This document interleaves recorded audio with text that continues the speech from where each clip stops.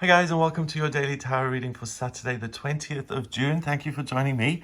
I'm using the Forest of Enchantment Tarot. Let's have a look at what this deck, what these cards in particular want you to know for Saturday, the first day of the weekend. I hope you've got wonderful things planned.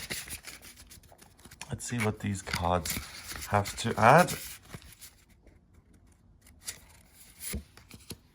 Oh wow, that's so lovely. The Four of Challenges. Got this fragile little tree in the middle of all these old, negative, lifeless trees. Oh, then we have the Three of Visions, which is the Three of Cups, three celebrating happy, happy bears. And then we have the Child of Boons. Okay, so we've got a child here at the gingerbread house. Child of Boons is like the Page of Pentacles, someone who's about to be tricked by the evil witch. So this could be Gretel here. Or Hansel? Hansel, isn't it? Yes. Okay, the Four of Challenges is the Four of Swords. We've got this magic tree in the middle of this ice tree, and it's just isolated and waiting. Wow, by itself. That sounds very familiar, doesn't it? So this could be like the lockdown COVID isolation card. That's so interesting because the Four of Challenges is usually a man lying down in a church, and it's about preparation. It's about thinking about the future. And here we've got, you can thrive in the now, regardless of your future. The Three of Visions is the Three of Cups, three friends celebrating, enjoying each other. And then the Child of Pentacles is someone who learns through their mistakes and through skills and through experiences in life, and someone who gets better and better and better at what they're doing. So altogether, the Four of Challenges, I love this spin on it. You are someone who can take a moment to center and prepare themselves. You are someone who can go within and look at what's going on, but it's really more of a joyous process at the moment. It doesn't feel like you have to go on a hike through this super unfriendly forest, which could be meditation and repeating a mantra over and over and getting distracted and thinking, oh, my foot is itchy, so I have to scratch that, and I have to pick up food at the grocery shop, and then I have to plug in my computer and charge that, and all these little things that usually come up when you're meditating that seem really kind of banal and mundane, and you think, is this it? Is this what I'm walking through the forest for nothing? And then often you get to a place of kind of peace and quiet and a place of warmth and a sense of yourself. And that would be like coming out into a clearing and seeing this, the Four of Challenges. So this amazing tree here, it's like you close your eyes and you don't feel like you're surrounded by problems. You're immediately in this clearing looking at this forest. It's in bloom, it's ready, it's alive, it's full of magic, and that's what you feel today. So there's an inner warmth, there's an inner sense of, I appreciate the now. I'm not looking for some big aha moment. I'm not looking for power, for glory, for fame, for approval. What I'm looking for is something positive and lovely and warm inside myself. And today, all you need to do is close your eyes or think, how do I feel? How can I be of service to other people? And you'll immediately act in a way that reflects this tree. If you're not a particularly visual person, the tree simply means life. Think of it this way. There's the bronchial tube, and that's the lung, and it breathes life, and it's the thing that you need to transport oxygen all the way around your body. So if it weren't for this, you'd be out of business. And today, this tree just is delivered to you on a silver platter, and you act as if you already have everything. You act as if it were summer. You act as if life was sunny and brilliant, and you have this amazing, I don't know why I can't describe this lovely kind of juicy sense of life and creativity and newness that you're presenting. That then obviously begets positive things, because if you put this tree in here magically, what will happen is that everything will warm up and all these other trees will thaw out and come back to life, and it will infect the whole thing. But you've got to make that leap of faith. And the leap of faith can be made with friends here today. If you've come to a stalemate, if your friendships have been put on ice, if you found it difficult or you found someone else difficult, it's a really good day to rediscover the beautiful things in other people, why you were friends to begin with. So rather than sitting down and hammering out a peace plan and saying, I was wrong and let's agree to disagree on this, and you were wrong there, and okay, everything's settled now, we can move forward and learn from it. Fine, but that's tedious. What would be better is connecting with someone and saying, listen, what has happened, or not even saying that, but doing something together that, again, evokes this sense of, it doesn't matter what the argument was, I'm really enjoying being with this person, and I really feel internally that this friendship still has life, and that it's worth doing something about. Finally, the child of boons. Sometimes you're wrong. Simple as.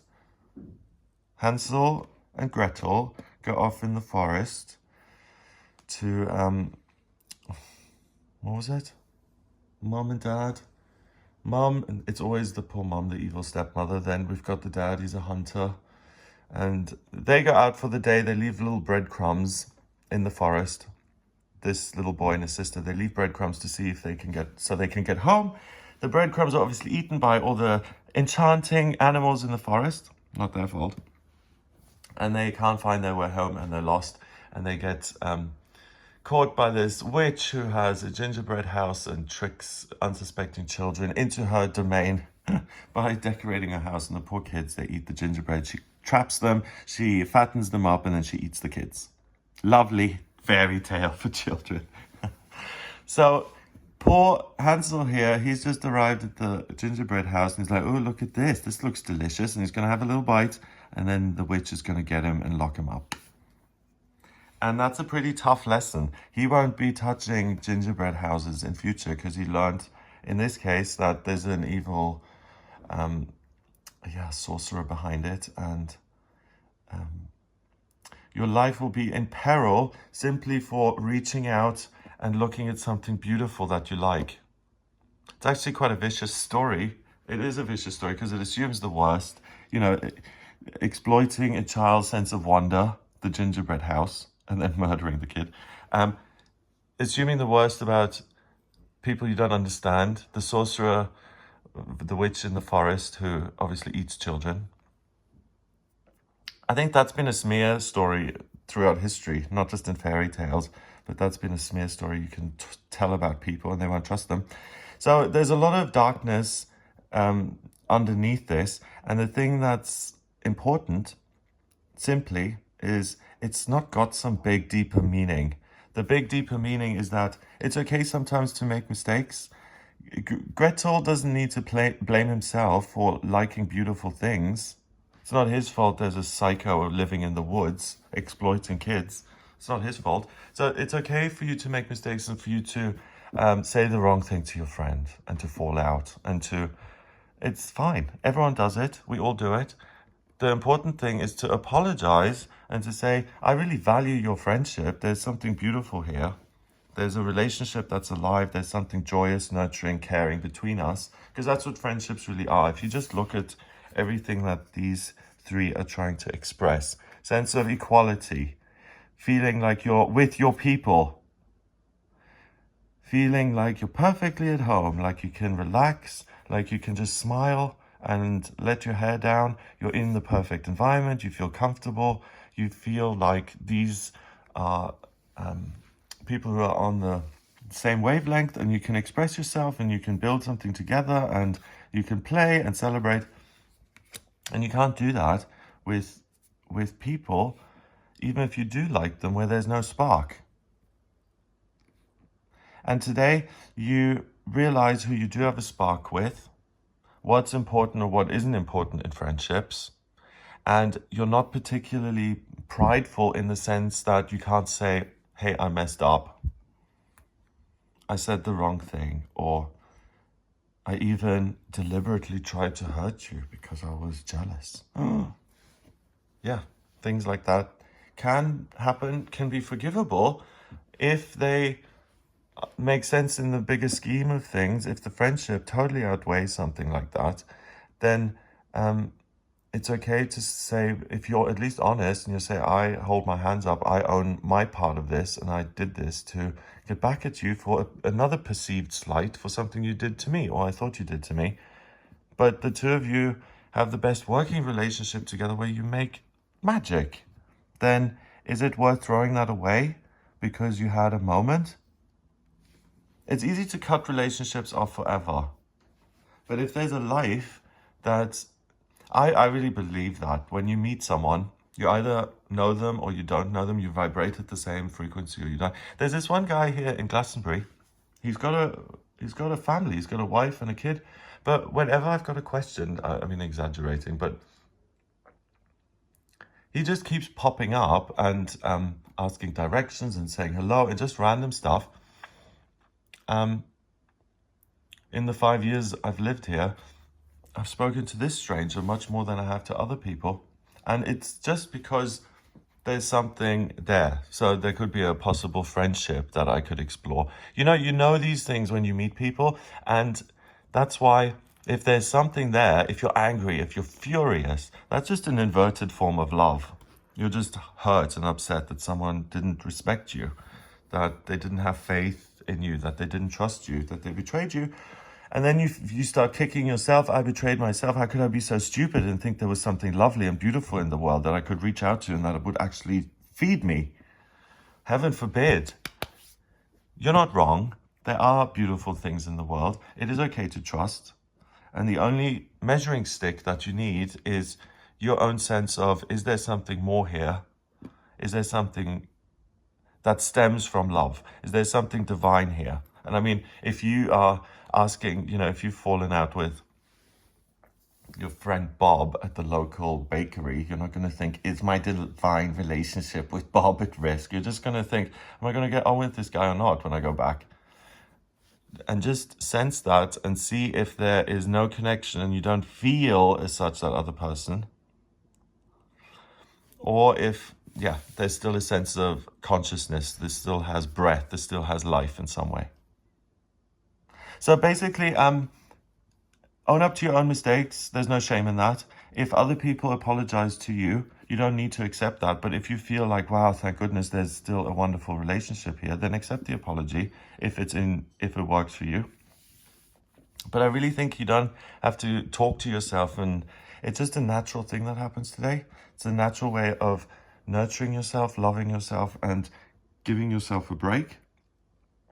And also allowing yourself to be full of wonder and say, okay, I might make mistakes in future, but I'm willing to do that, to meet other wonderful people, to find things that give me a sense of life. And just because I've made a mistake or two, I'm not going to dull myself down to a place of being frozen just so I don't get hurt again. Number-wise, we've got a court card 1 and 3 is 4, and another 4 is 8. 8 is power.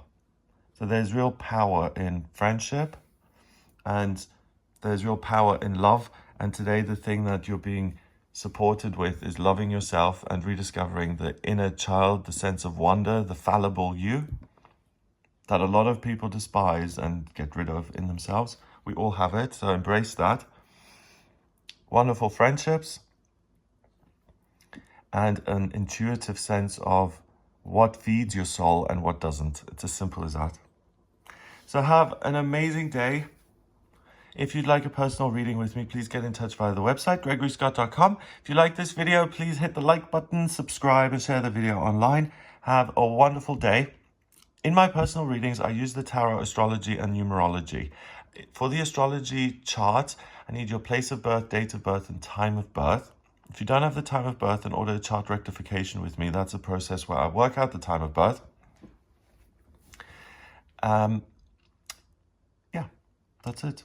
So once I have that info, the time of birth, I draw up a snapshot of the sky at the moment you were born, and I see everything about you. Your life purpose, vocational aptitudes, past lifetime strengths, weaknesses, love, finance, friendships, spirituality, where to live. So if you have any questions, then just get in touch with me via gregoryscott.com.